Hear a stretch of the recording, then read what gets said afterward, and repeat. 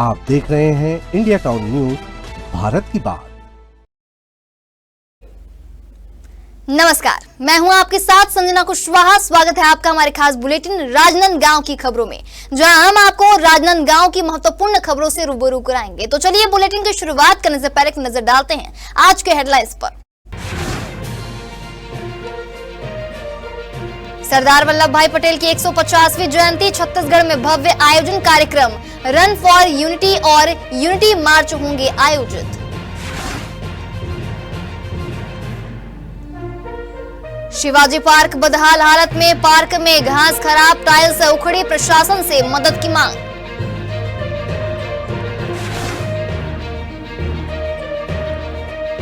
देर रात आगजनी की घटना, 2 बाइक और एक कार जलकर राख, घटना की वजह स्पष्ट नहीं।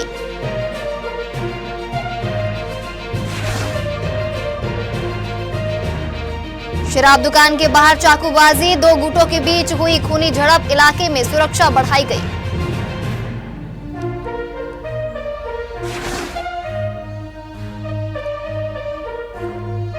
माता लक्ष्मी का धूमधाम से विसर्जन, राजनांदगांव में रंगीली दिवाली, बुजुर्गों ने भी बढ़ चढ़ कर लिया हिस्सा।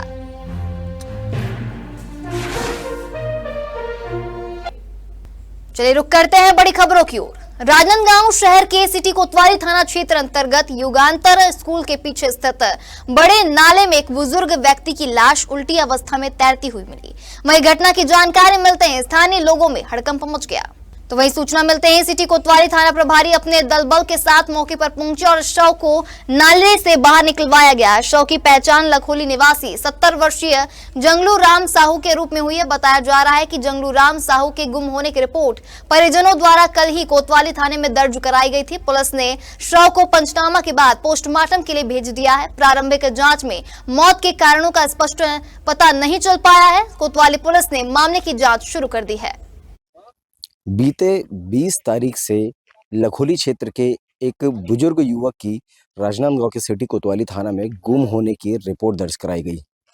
सूचना मिलते ही पुलिस तत्काल इस पर रिपोर्ट दर्ज की और रिपोर्ट दर्ज करने के बाद आज 23 तारीख है। 23 तारीख को पारी नाला के पीछे एक जो बड़ा नाला है, जो तस्वीरों में आप देख पा रहे होंगे, तस्वीरों में उन बुजुर्ग व्यक्ति की लाश पुलिस को मिली है। पुलिस को लाश मिलने के बाद यहाँ मौके पर परिजन को भी बुलाया गया है और परिजन को बुलाने के बाद उनके परिजन से पूछा गया है, शिनाख्ती की गई है कि क्या जिस बुजुर्ग की गुम होने की रिपोर्ट लिखवाया गया था वो यही है। तो यहाँ पर पता चल रहा है कि वो बुजुर्ग व्यक्ति की जो रिपोर्ट थी वो यही है, जिनका नाम जंगलू राम साहू बताया जा रहा है, जिनकी उम्र लगभग 70 वर्ष बताया गया है। इस गुम होने की रिपोर्ट पर परिवार के क्या कुछ कहने रहते हैं, सारी चीज़ें हम आपको अन्य तस्वीरों के माध्यम से दिखाएंगे। कब से गुम हुए थे, कैसी स्थिति थी? 20 तारीख को तबीयत थोड़ा ठीक नहीं था उसका, और घर से बिल्कुल नाश्ता करने के लिए बाहर निकलते थे, उतना देर से वो 10 बजे गायब हो गए। घर में कैसे रहन सहन रहता है? घर में ठीक रहता था, नॉर्मल था। क्या बताते, कुछ बताया थे? कुछ नहीं बताया घर में।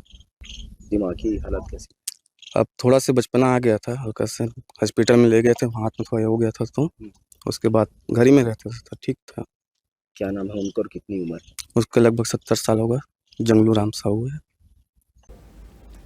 प्राचीन रानी मंदिर में पारंपरिक गौरा गौरी पूजा श्रद्धा और उत्साह के साथ संपन्न हुई, जहां इस अवसर पर मंदिर समिति के संरक्षक एवं वैष्णव समाज के राष्ट्रीय उपाध्यक्ष ने बताया कि छत्तीसगढ़ी परंपरा के अनुसार बालिकाएं मिट्टी से बनी गौरा गौरी की मूर्तियां सजाकर सिर पर रखकर मंदिर लाती हैं, जिससे इस त्योहार की सांस्कृतिक विरासत की झलक मिलती है।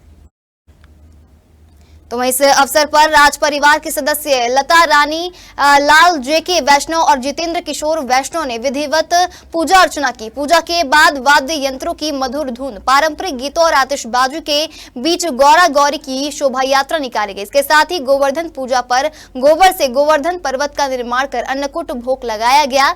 नगर के विभिन्न मंदिरों में मां लक्ष्मी की पूजा अर्चना भी विधि पूर्वक की गई, जिससे त्योहार की भव्यता और धार्मिक माहौल दोनों ही चरम पर पहुंच गए। दीपावली के अगले दिन छोरिया नगर और आसपास के ग्रामीण क्षेत्रों में गोवर्धन पूजा का पर्व श्रद्धा, भक्ति और परंपरा के साथ बड़े ही धूमधाम के साथ मनाया गया, जहां इस अवसर पर नगर सहित गांवों में श्रद्धालुओं ने भगवान श्री कृष्ण की आराधना करते हुए गोवर्धन पर्वत का प्रतीक बनाकर पूजा अर्चना की। तो वही यादव समाज एवं नगर वासियों ने सामूहिक रूप से सांड देव में विधि विधान पूर्वक पूजा संपन्न की। इसी कड़ी में मां शीतला मंदिर में पूजा अर्चना के बाद गाजे बाजी और जयकारों के साथ श्रद्धालुओं की बड़ी संख्या में गोवर्धन पूजा के लिए सांड देव पहुंची। वहां गौ माता की विधिवत पूजा कर खिचड़ी का भोग लगाया गया। ग्रामीण क्षेत्रों में भी पारंपरिक रूप से गौ पूजा की गई।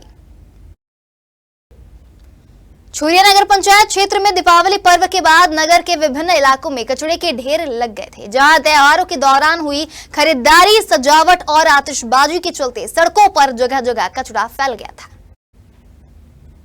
तो वहीं त्योहार की छुट्टी खत्म होते ही आज सुबह से नगर पंचायत के सफाई कर्मियों ने सफाई अभियान की शुरुआत की, जहां कर्मी सुबह से ही झाड़ू, ट्रैक्टर और डंपर लेकर गलियों में पहुंचे और सड़कों पर फैले कचरे को उठाया। नगर पंचायत के अधिकारियों ने बताया कि दीपावली के बाद नगर को स्वच्छ बनाए रखने के लिए विशेष अभियान चलाया गया है। लोगों से भी अपील की गई है कि वे कचरा खुले में ना फेंकें और नगर को साफ सुथरा रखने में सहयोग दें। राजनांदगांव शहर के केंद्र में स्थित शिवाजी पार्क, जो कि गुरुद्वारे के ठीक पीछे है, पूरी तरह से जर्जर स्थिति में पहुंच चुका है। आपको बता दें, पार्क का गेट खुला होने के कारण अक्सर जानवर अंदर चले जाते हैं, जिससे वहां की सफाई और सुरक्षा दोनों प्रभावित हो रही है। वहीं घास पूरी तरह खराब हो चुकी है और पार्क की टाइल्स भी उखड़ गई है, जिससे पार्क का सौंदर्य और उपयोगिता दोनों बिगड़ गई है। आपको बता दें, यह पार्क शहर के मध्य में होने के बावजूद अपनी जिम्मेदारी निभाने में असमर्थ दिख रहा है। स्थानीय लोगों का कहना है कि अगर शहर के केंद्र में स्थित यह गार्डन इस हालत में है तो बाहर के इलाकों का हाल क्या होगा। उन्होंने प्रशासन से पार्क की मरम्मत और बेहतर रखरखाव के लिए तुरंत कदम उठाने की मांग की है। स्थानीय नागरिकों ने कहा है कि यह पार्क न केवल बच्चों और बुजुर्गों के लिए आराम की जगह है, बल्कि यह शहर की सुंदरता का भी हिस्सा है। इसके जर्जर होने से न सिर्फ नगर की छवि खराब हो रही है, बल्कि सुरक्षा की दृष्टि से भी खतरा पैदा हो गया है। सरदार वल्लभ भाई पटेल की 150वीं जयंती छत्तीसगढ़ में धूमधाम से मनाई जाएगी। आपको बता दें, राजनांदगांव के जिला भाजपा कार्यालय में आयोजित प्रेस कॉन्फ्रेंस में सांसद संतोष पांडे ने बताया कि इस अवसर पर 31 अक्टूबर को पूरे प्रदेश में रन फॉर यूनिटी का आयोजन किया जाएगा, जहां यह कार्यक्रम राज्य सरकार और भारतीय जनता पार्टी के संयुक्त प्रयास से भव्य तरीके से मनाया जाएगा। तो वही सांसद पांडे ने कहा कि सरदार पटेल केवल एक स्वतंत्रता सेनानी ही नहीं, बल्कि वह अखंड भारत के निर्माता भी थे। आज भारत जैसा एकजुट और मजबूत राष्ट्र है, वह उनकी दूरदर्शिता और मेहनत का परिणाम है। 31 अक्टूबर को उनकी जयंती पर प्रदेश के हर जनपद में अलग अलग कार्यक्रम आयोजित किए जाएंगे, जिनमें युवाओं, खिलाड़ियों और कलाकारों की भागीदारी सुनिश्चित की जाएगी। इसके अलावा 31 अक्टूबर से 26 नवंबर तक सरदार @150 यूनिटी मार्च का आयोजन भी होगा। इस पद यात्रा में प्रदेश के प्रत्येक जनपद से 5-5 युवा, खिलाड़ी और कलाकार हिस्सा लेंगे। यह पदयात्रा कुल 150 किलोमीटर की होगी, जो सरदार पटेल के योगदान और उनके दिखाए रास्ते को यादगार बनाएगी। राष्ट्र प्रथम है, राष्ट्र सर्वोपरि है। राष्ट्र यदि है तो हम सब हैं। वो काम सरदार वल्लभ भाई पटेल ने किया, उनकी स्मृति में। और ये यूनिटी मार्च निकलेगी, पूरा देश एक बार सरदार पटेल की जय जयकार के साथ और जय घोष होगा। 150 लोगों की टीम के साथ में किस किस प्रकार के कार्यक्रम आयोजित किए जाएंगे? जो सांस्कृतिक कार्यक्रम होंगे, एक पेड़ माँ के नाम होगा, जिज्ञासा समाधान होगा, जनरल नॉलेज की बात होगी, जन संवाद होगा, ऐसे अनेक कार्यक्रम। और इसमें हमारे स्कूल के, कॉलेज के भी नौजवान कि अपने उस पीढ़ी को ये हमको बताना है कि सरदार पटेल ने किस प्रकार से इस देश के लिए त्याग किया। और जानते हैं कि जब वे जिरह कर रहे थे, उनकी पत्नी का देहांत का समाचार मिला, किस प्रकार से उन्होंने बैरिस्टर की पढ़ाई की। और ऐसे नीचे गरीब व्यक्ति भी कहां से कहां तक पहुंच करके, और सोच क्या होती है तो राष्ट्र उनकी सोच होती। पद यात्रा का कार्यक्रम भी चलना है, कहां से कहां तक? तीन यात्रा चलेगी, राजनांदगांव, खैरागढ़, कवर्धा की, और उसकी रचना योजना बन रही। देखिए, सरदार पटेल जी का 150वीं जयंती और सरदार पटेल का भारत को भारत बनाने में बहुत बड़ा योगदान है, भारत को एक करने में बहुत बड़ा योगदान है। इसलिए इस अवसर पर भारत सरकार के खेलकूद युवा विभाग ने पूरे देश में यूनिटी मार्च का कार्यक्रम दिया है, जिसमें हर लोकसभा सांसद की अगुवाई में पदयात्राएं होंगी। ये पदयात्राएं 3 दिन चलेगी। 10 किलोमीटर की एक दिन में यात्रा होगी, 2-2 किलोमीटर का पड़ाव होगा। इन यात्राओं में लोगों के बीच संपर्क होगा। वहाँ हम स्वदेशी, आत्मनिर्भर और नशा मुक्त भारत, इसके लिए लोगों से संकल्प करवाएंगे। गांव में सरदार पटेल जी के जीवन के बारे में चर्चाएं होगी, निबंध प्रतियोगिताएं होगी, रील प्रतियोगिताएं होगी, डिबेट होगा और सरदार पटेल के योगदान को भारत जाने, इसके आधार पे आधारित पूरे कार्यक्रम इस पदयात्रा में होंगे। दूसरे चरण में पूरे देश से, हर जिले से 55 युवा जो है वो रोड यात्रा करेंगे, जो आखिरी में इकट्ठा होकर स्टैचू ऑफ यूनिटी जो गुजरात है वहाँ पे पहुँचेंगे और सरदार पटेल के जन्मदिन के अवसर पर वो कार्यक्रम वहाँ बड़ा पदयात्रा का संपन्न होगा। नशा मुक्त भारत का अभी आपने बात कहा, क्या ये नहीं लगता है कि आज की जो युवा पीढ़ी है वो नशे की चपेट में आकर के बड़े बड़े क्राइम्स कर देते हैं, कहीं रेप जैसे मामले आते हैं, कहीं हत्याकांड जैसे मामले आते हैं, क्या करें? नहीं, निश्चित तौर पर नशा समाज के लिए अभिशाप है, परिवार तोड़ने वाली प्रवृत्ति है। इसलिए इस पदयात्रा का विषय भी रखा गया है कि हम लोगों को आह्वान करें, उनको संकल्प कराएं और नशा मुक्त के तरफ युवा सभी वर्ग प्रेरित हो। इसका प्रयास सबको करना पड़ेगा। नशा तो बुरी चीज है ही। थाना छुरिया पुलिस ने गौवंश मवेशी तस्करी के मामले में महाराष्ट्र के आरोपी महेंद्र बिंजलेकर को गिरफ्तार कर बड़ी सफलता प्राप्त की। आपको बता दें, महेंद्र बिंजलेकर मवेशी तस्कर से गौवंश खरीदता था और मामले में पहले से गिरफ्तार आरोपियों का सहयोगी भी था।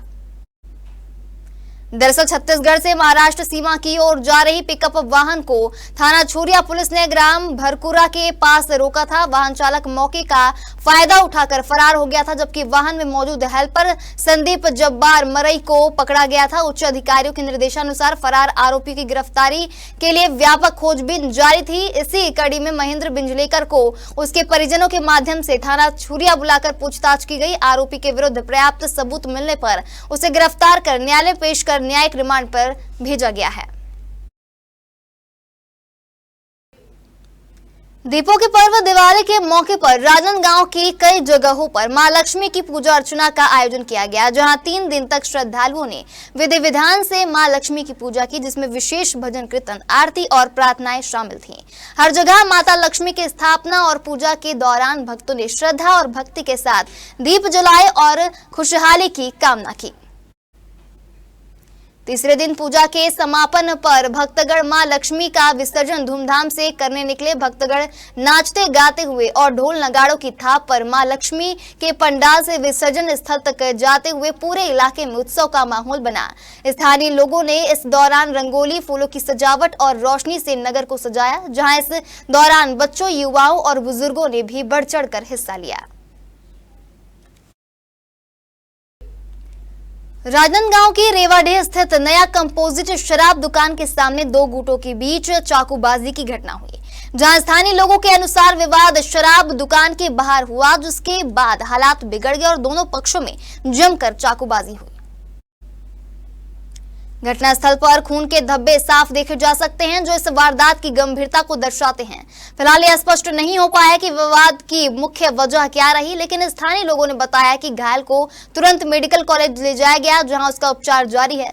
पुलिस मामले की जांच में जुटी हुई और जल्द ही स्थिति पर पूरी जानकारी जारी करेगी। स्थानीय प्रशासन ने भी इलाके में सुरक्षा बढ़ा दी है, ताकि आगे कोई अप्रिय घटना न हो। रेवाडीह शराब भट्टी के पास विवाद हुआ था, इसमें एक युवक को चाकू लगा है और इसमें संदिग्धों को हिरासत में लेकर पूछताछ किया जा रहा है। उम्मीद है शीघ्र गिरफ्तारी करके उनको न्यायिक रिमांड पे जेल भेजा जाएगा। बड़ी खबर राजनांदगांव से है, जहां राजनांदगांव में शराब दुकान के बाहर चाकूबाजी की घटना ने शहर में सनसनी फैला दी है।